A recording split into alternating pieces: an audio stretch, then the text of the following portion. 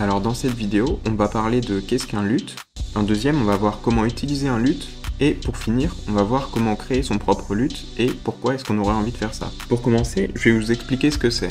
Donc en gros, un LUT, c'est un effet qui regroupe plein d'ajustements de couleurs, de luminosité, de contraste, et ça va servir à faire une correction colorimétrique d'un clip. Et donc ce n'est pas juste une seule modification, c'est un groupe de plein de petites modifications qu'on peut appliquer soit sur un de ces clips vidéo, soit sur un calque d'effet qui va agir sur les clips vidéo. Donc pour vous montrer un exemple, ici j'ai un clip filmé à la GoPro, et donc un LUT, ça va servir à avoir en fait son propre style de couleur et de correction. Et donc, ça va nous servir déjà à faire gagner du temps pour pas avoir à partir à chaque fois de zéro pour faire une retouche colorimétrique et aussi de garder un style qui est cohérent et consistant entre tous ces clips vidéo. Donc là, je vais vous montrer. Par exemple, si on aime bien une image très contrastée, je vais augmenter ici le contraste. Je vais baisser un petit peu les tons clairs pour regagner du détail dans le ciel. Je veux une image peut-être, on va dire, un peu plus chaude. Et comme ça, je peux continuer de faire des modifications dans tous les paramètres que j'ai envie de changer. Là, du coup, je faisais ça sur un calque d'effet sur Premiere. Et si je le désactive, on voit bien que le look du clip a changé. Et par exemple, ça, imaginons que c'est le style que j'aime bien et je veux que toutes mes vidéos ressemblent à ça. Au lieu de devoir faire à chaque fois toutes ces modifications, je vais plutôt créer un LUT avec ces modifications que je pourrais appliquer sur tous mes clips vidéo en un clic. Et après, partir de là, pour avoir un style qui se ressemble entre toutes mes vidéos. Donc des LUT, vous en avez sûrement entendu parler parce qu'il y a beaucoup de créateurs qui vendent leur propre pack de LUT qu'ils ont fait eux-mêmes. Moi personnellement, ça m'est déjà arrivé d'en acheter, déjà pour soutenir les créateurs et les vidéastes que j'aimais bien, et aussi pour comprendre un petit peu leur processus de retouche et pour pouvoir analyser un petit peu plus en détail les retouches qu'ils appliquent sur leurs vidéos, même si je dois dire que maintenant, ça fait plusieurs années que je crée tout simplement mes propres LUT. Ou pour faire plus simple, je crée juste les configurations que j'aime et je les enregistre pour pouvoir les appliquer après sur toutes mes vidéos. Et l'avantage des LUT, c'est que ça me fait gagner beaucoup de temps parce que dès que je crée une vidéo, à la fin, au lieu de partir à zéro comme je disais tout à l'heure, je prends beaucoup moins de temps pour faire ma correction colorimétrique. Donc voilà, on retourne sur un profil plat à la GoPro. C'est assez important de pouvoir filmer en profil plat parce que généralement les LUT sont créés pour ça, sinon ça va beaucoup trop contraster vos images et ça va faire des pertes de qualité. Dans la deuxième partie de cette vidéo, je vais parler de comment utiliser un LUT. Donc un LUT, généralement, c'est un fichier. Donc imaginons que vous en avez acheté ou vous en avez créé, peu importe. Il faut aller dans l'onglet couleurs de Premiere. Et généralement, les LUT sont des LUT créatifs. Donc ici, il faut aller dans l'onglet créatif pour les importer et pas dans correction de base. Donc créatif, et là on nous demande look. Et en allant dessus, en faisant parcourir,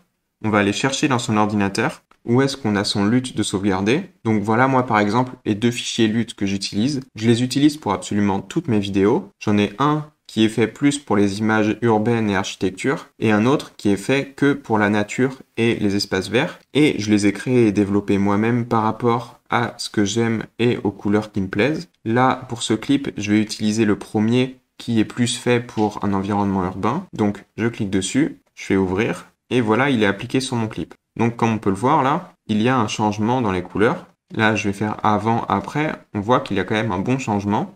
Donc voilà, là, pour que vous compreniez, c'est les modifications que j'aime bien. Mais une fois qu'on a appliqué son LUT, généralement, il faut prendre en compte que toutes les images ne se ressemblent pas et il faut pas s'arrêter là. Il faut après aller, par exemple, dans les corrections de base pour retravailler un petit peu son image pour qu'elle soit vraiment comme on a envie qu'elle soit. Donc pour ça, je vous conseille de, au lieu de sélectionner le calque d'effet où il y a le LUT, sélectionner le clip qui est en dessous et comme ça, on va retravailler clip par clip. Donc là, c'est mon premier clip avec le LUT et là, c'est le deuxième où, comme le calque d'effet est aussi au-dessus de ce clip, pareil, le LUT a été appliqué. Et maintenant, si je veux retoucher clip par clip, ce que je vais faire, c'est que je vais rester sélectionné sur les clips en dessous du calque d'effet sans sélectionner le calque d'effet. Le calque d'effet va juste servir à avoir le LUT dessus. Donc je vais prendre le premier. Et maintenant, je resterai avec les mêmes jeux de couleurs, de contraste, mais je vais pouvoir faire des plus petites modifications pour que ça s'ajuste au mieux possible sur mon clip. Donc par exemple, moi là, je pourrais peut-être baisser un petit peu le contraste de mon clip,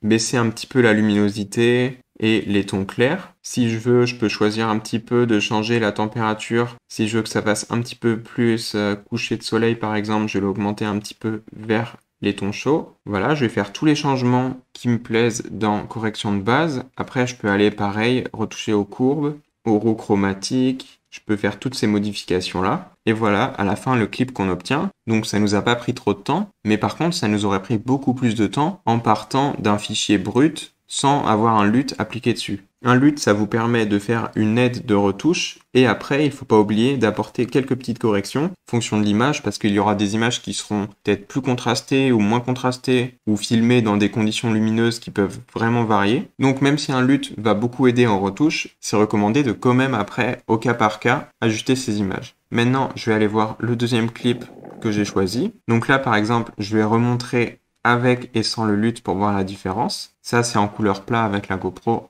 Ça, c'est avec le LUT. Et maintenant, pareil, je peux aller en sélectionnant toujours le clip, faire mes quelques modifications. Là, par exemple, je peux essayer d'augmenter un petit peu l'exposition, d'enlever un petit peu de contraste, augmenter les tons foncés. Et donc voilà, encore une fois, en très peu de temps, j'ai ajusté l'image comme j'avais envie qu'elle soit. Et ça me donne un clip qui a une colorimétrie assez complète et exactement comme j'aime. Donc en gros, voilà comment on utilise un LUT. On l'importe sur son clip, préférablement sur un calque d'effet, qui va lui après s'appliquer aux clips qui sont en dessous. Et après, au cas par cas, on va retoucher un petit peu les clips qui sont en dessous du calque d'effet, surtout pour des problèmes de luminosité, de contraste ou de température des couleurs. Alors quelque chose d'autre qui est important, imaginons que c'est plusieurs clips différents mais qui sont exactement de la même scène avec la même luminosité. Je n'y vois pas d'intérêt de faire des modifications au cas par cas pour ces différents clips.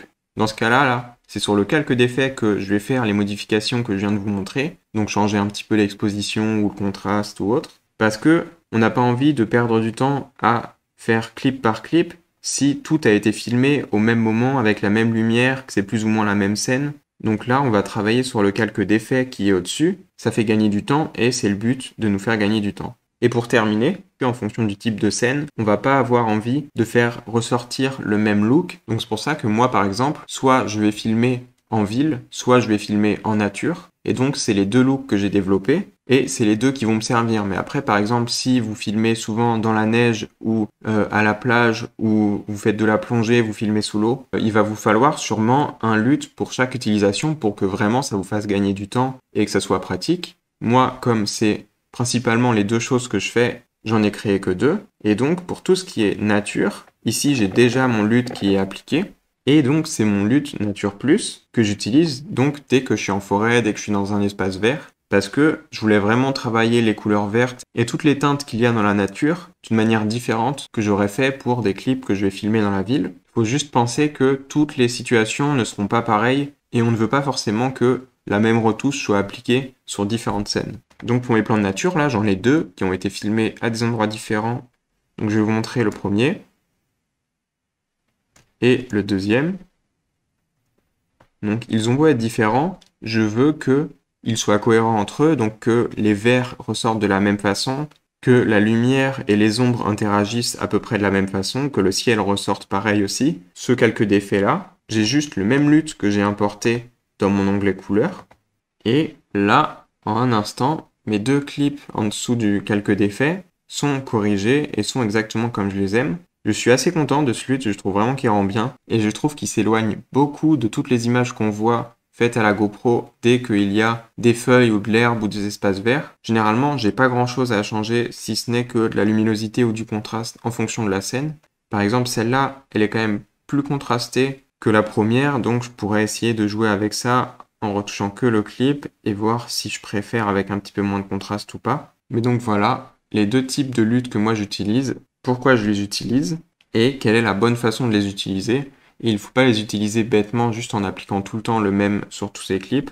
C'est un outil qui peut être très utile, mais il faut le comprendre un tout petit peu. Et pour terminer, je vais aller importer un autre clip. Et là, on peut voir que ça s'applique pas trop aux deux scénarios dont je vous ai parlé juste avant. C'est pas vraiment une scène de nature dans la forêt et c'est pas vraiment une scène urbaine. Donc on peut, si on veut, expérimenter et y appliquer un de ces LUT. On va d'ailleurs voir ce que ça donne, par exemple, si j'amène celui GoPro Nature Plus.